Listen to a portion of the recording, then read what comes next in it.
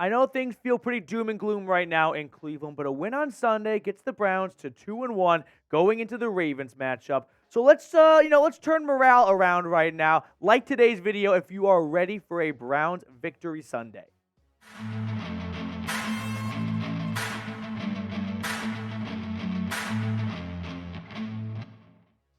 Welcome into the Cleveland Browns Report by Chat Sports. Matthew Peterson here, and talking about Jonathan Taylor for today's show because ESPN came out with a Jonathan Taylor trade destinations article, and they included the Cleveland Browns. So we're going to break down the pros, the cons, and overall my analysis and takes on the Browns potentially trading for Jonathan Taylor. Now, let's set the scene a little bit here with some background on JT. He cannot play until week 5. In case you don't know, he's on the PUP list. Even if he got traded today, he cannot play until week 5 no matter what. Now, he is the NFL rushing leader from 2 years ago, 1,800 plus yards in 2021, but an ankle injury last year really limited him. Now, he enters the last year of his rookie contract, and he's looking for a big, fat new contract, and I don't really blame him. He was the NFL rushing leader just 2 seasons ago. But the Colts don't really seem to want to play ball with Taylor when it comes to that contract, and we don't need to spend too much time knowing how this relationship has gone down the toilet. Now, I do want to share some quick quotes from this ESPN article before I really start to give you my opinion on all of this stuff here. But listen to what Stephen Holder had to say. The Colts want real value from any potential trade. It's why no deal got done in August. They asked for a package of picks amounting to a first-round pick, but the reality is they'd settle for something a bit less. Here's the reality. No one's giving up a first-round pick for Jonathan Taylor. If they were, Jonathan Taylor would have been traded back in August. Indianapolis knows this. I don't blame them for trying to shoot for the stars, but they know that they're going to have a lot of teams buy the balls more or less as week 5 is going to get here. Jonathan Taylor would be able to come off the PUP list and play, and just like the Browns are experiencing right now, injuries are going to start piling up, and teams might become desperate, and they might not give up a first for Jonathan Taylor, but they might give more than what the Colts would have really been asking for back in August. Now, why are we talking about the Browns here? Well, here's what Dan Graziano had to say. They signed Kareem Hunt on Wednesday, but there's a reason he was still a free agent into the season. Trading for Taylor likely would mean Hunt would go back on the market. I think the Browns are going to give Jerome Ford and Kareem Hunt at least the next 2 to 3 games to prove it, right? They've got the Titans coming up, then they have the Ravens, then they have a bye, then they have the 49ers. That's a month right there, 4 weeks. I think after those 4 weeks, we have a bye, so Kareem Hunt can really catch up to speed and get the playbook under his belt and everything like that. The Browns have a much better idea and picture of what their running back is looking like long term, right? Is it reliable? Is it something that they can band-aid through the rest of the season? Or is it going to be a little bit of a hole at the bottom of the ship that slowly sinks the 2023 Cleveland Browns? They're not going to make any big rash decisions or trades before they get at least a game or 2 under their way, right? Until they get to the bye week and they know we've had 2 weeks with Jerome Ford and Kareem Hunt as our starting running back. That's a lot of film. That's a lot of snaps. That's a lot of data points. We've got a much better idea as to where our running back room is after those 2 games. If the Browns come out of the bye and Kareem Hunt and Jerome Ford are combining as a committee for over 100 yards on the ground, then I don't think Cleveland's going to be interested in giving up valuable assets for Jonathan Taylor if a much cheaper duo of Jerome Ford and Kareem Hunt can give them 80% of the production of what Jonathan Taylor could give them. But we do have to come up with a new name now. Chunt is no longer, of course. So how about Funt? Am I reaching here? Can we get behind this? I don't know if I'm going to be a trendsetter or if this one's just going to crash and burn horribly. But what's your confidence level in Funt? Scale it 1 to 10. If it's Nick Chubb by himself, I'm at a 10. If it's a combination of Jerome Ford and Kareem Hunt, I'll be honest, I'm at a 5. Kareem Hunt did not play all that well down the stretch last season. He averaged less than 4 yards a carry the last 8 games. He didn't score a touchdown since like week 4 onward. So I'm at a solid 5 when it comes to Jerome Ford and Kareem Hunt combined. Now, here's what ESPN's trade idea exactly was. Jonathan Taylor for a second-round pick. I put together a mock trade idea that had Jonathan Taylor going for 2 third-round picks. Ultimately, Dan Graziano thinks it will cost a second. Be honest with me. Circle of trust for a moment.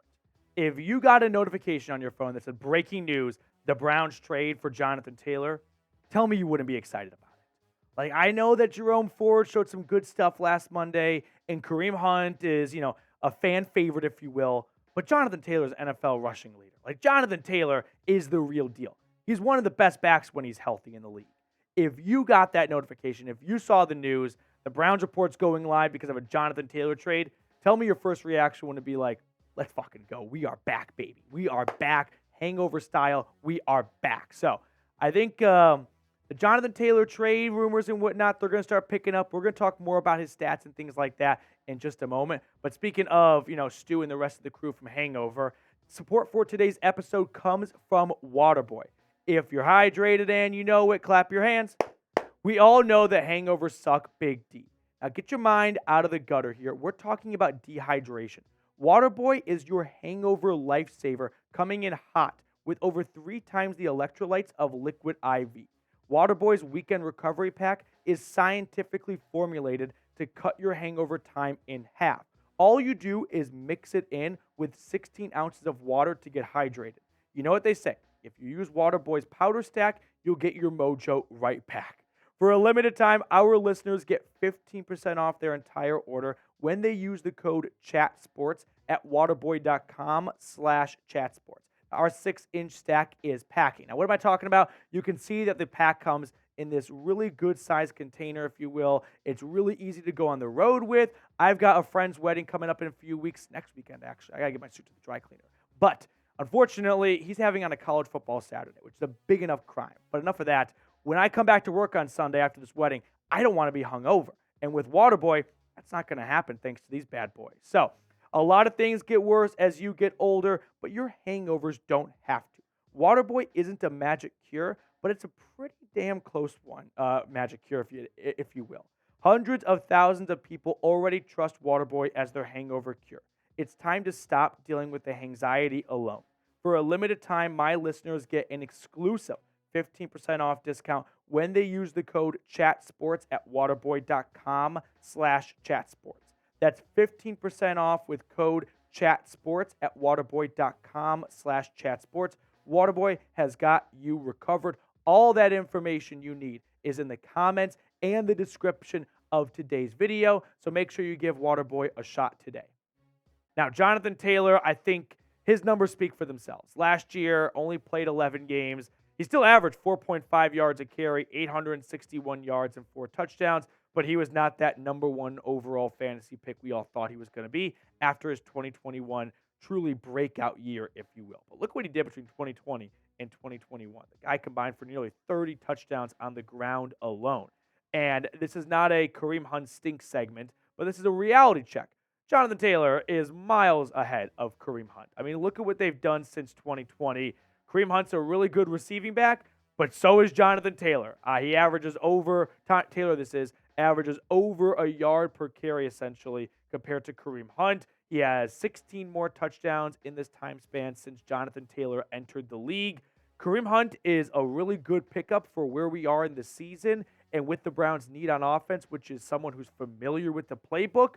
But if you really want to go on a deep run, if you want to get this ground game going, to me, there's no question Jonathan Taylor would be the man for the job. The question is, are the Browns in need of a Jonathan Taylor type back? Or can they get enough production out of Jerome Ford and Kareem Hunt to not give up a second or a third round pick and get similar or close to the amount of production they get from Jonathan Taylor? When we look at the upcoming schedule, I think this is crucial for Cleveland because the NFL trade deadline is on October 31st, Halloween afternoon. Week 3 against the Titans, Week 4 against the Ravens, then you get a bye, and then you get the 49ers. I mean, the next 4 weeks here, Cleveland is at home. So 3 very winnable games, all in your own backyard, against 3 tough teams, the Titans, the Ravens, and the 49ers. The Titans are the biggest trap game on every team's schedule. But the unknown here is not whether or not Cleveland will come out of this thinking we need to get Jonathan Taylor, right?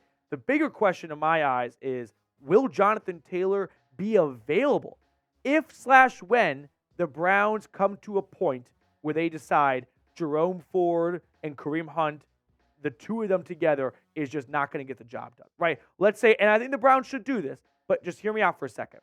let's say the Browns play the next 2 to 3 weeks with Jerome Ford or Kareem Hunt. Let's say 3 weeks. They come out of the bye and they play the Niners. And after 3 games with that tandem, it's pretty evident this ground game is just not working.